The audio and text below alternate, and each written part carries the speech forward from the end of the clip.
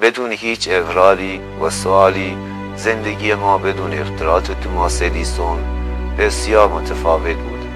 این خالق بی‌نظیر فرهنگ ما رو به روش‌های بیشماری تغییر داد، با وسایل معجزه‌آسایی که در آزمایشگاه او شکل گرفت. ادیسون در اوهیو متولد شد.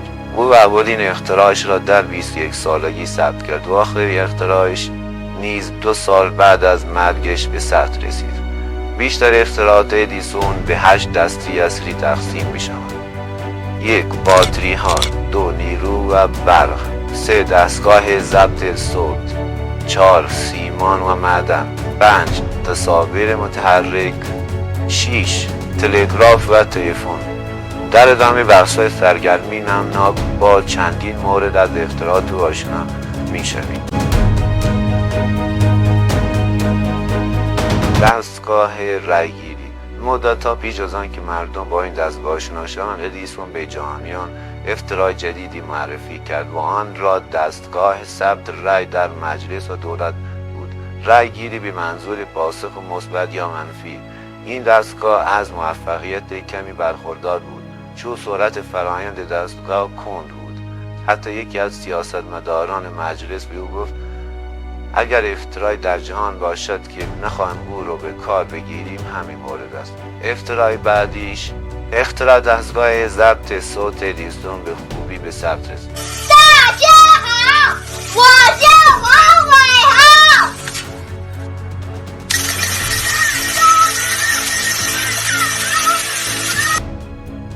اینجا چیزی است که تابیال نشنیدید. نسخه از بخش موزیک درون یک عروسک جاسازی شد که شامل 6 قطعه صدا ضبط شده بود.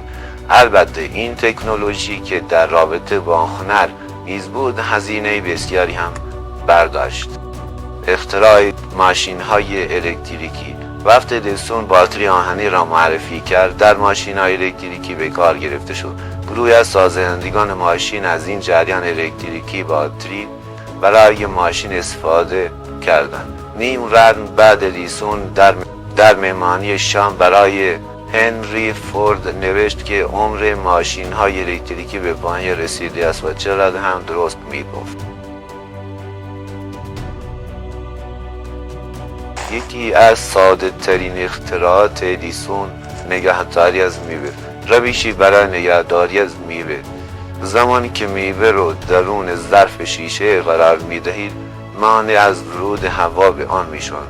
ادیسون دستگاهی اختراع کرد که با این موضوع مقابله کرد.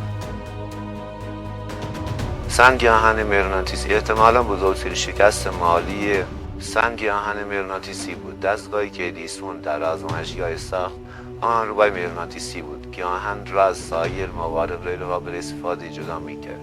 به نظر می رسید که در ابتدا این کار پرسود باشه، چون یک بار قیمت آن تا مرز باور نکردنی بالا رفت و افزایش یافت. آزمایشگاه ادیسون با توسعه آن را با استفاده از آن آشکار شد و هر استفاده از این وسیله را در پروژه خلبانی گرفت. ادیسون تمام سرمایه‌اش را در این راه گذاشت و بابت تامین قطعات الکتریکی شرکت مجبور شد که اشیاء مورد علاقه‌اش را بفروشد.